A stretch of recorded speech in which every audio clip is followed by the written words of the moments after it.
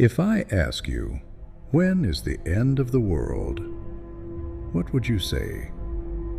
You would most likely repeat what religion has told you. Or perhaps you'd say that one day God will decide to surprise humanity because the alarm he once set has finally gone off.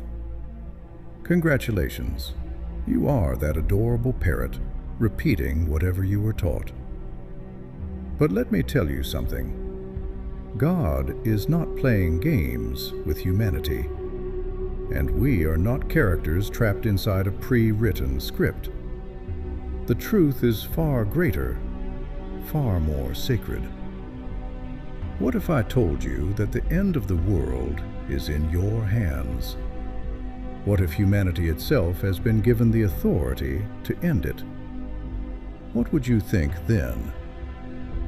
What if I told you that just as you are a kind of earth for the cells in your body, the ground upon which they live, you yourself are also a cell living upon a greater being? And what if that being is itself part of something even greater? Isn't it true that when you fall ill, when chaos and viral disorders spread through your body, your immune system responds intelligently and cleanses you of the infection? So why shouldn't the earth cleanse itself of its cancerous cells, of the very humanity that lives upon it?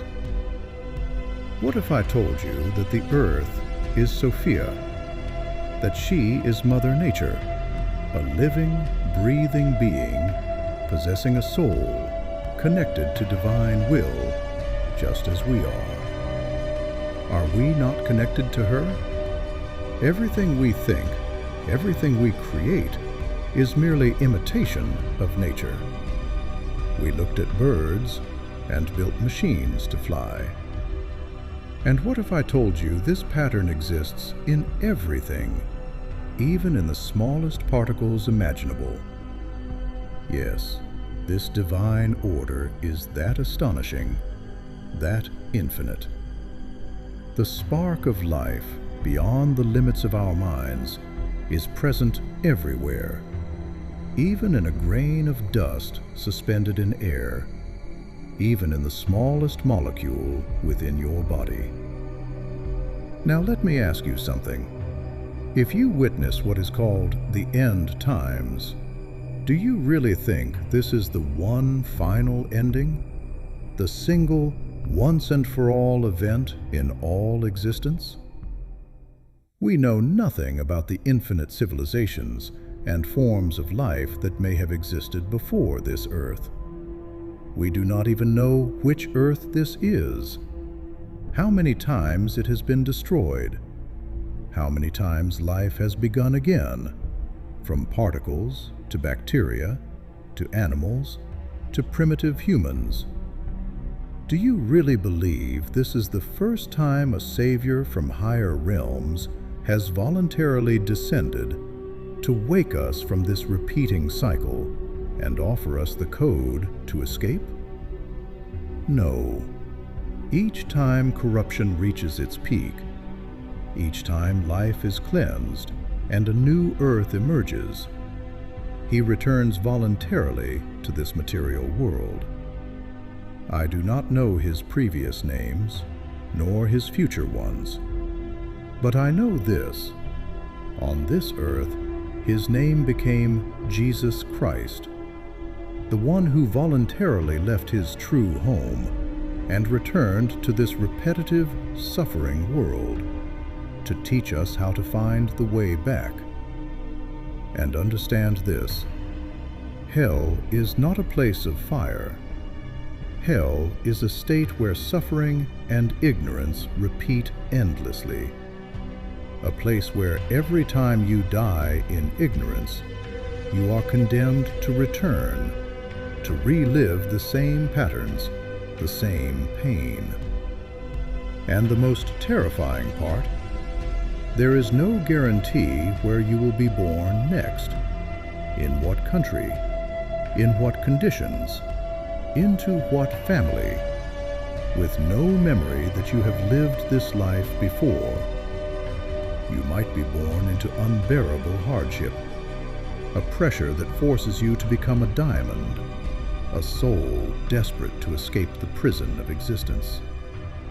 Or you might be born into comfort and luxury, a soft, golden cage where you fall asleep in comfort and remain unaware until you die again and the uncertain repetition continues.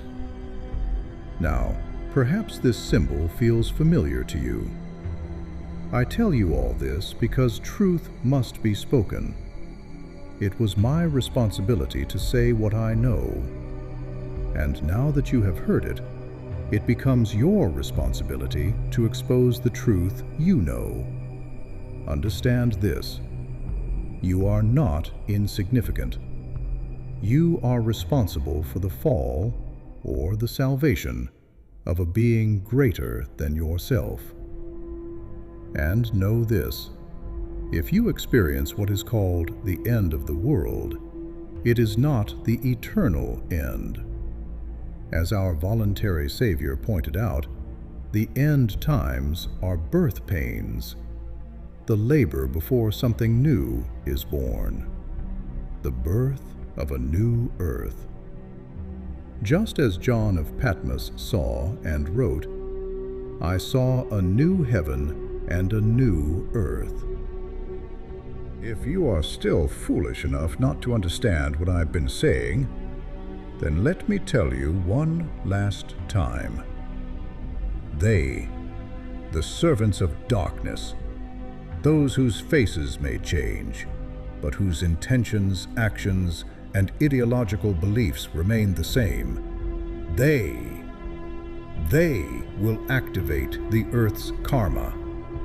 They will bring about the end of humanity, and they will do it through widespread and devastating wars, the expansion of corruption, the normalization of injustice, the deliberate spread of chaos, and catastrophes so severe they shatter global order.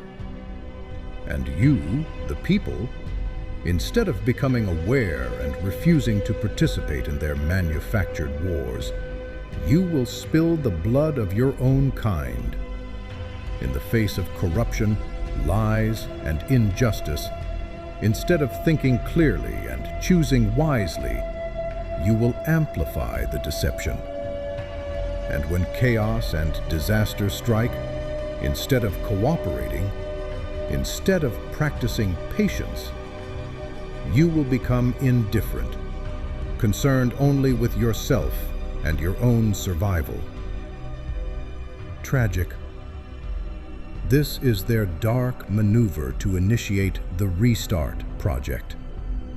And that project begins precisely when humanity is on the verge of awakening, when awareness begins to rise dramatically, as it has in recent years, exactly at the point where the shadow of this false world begins to recede, where its distorted truths start becoming visible to the people.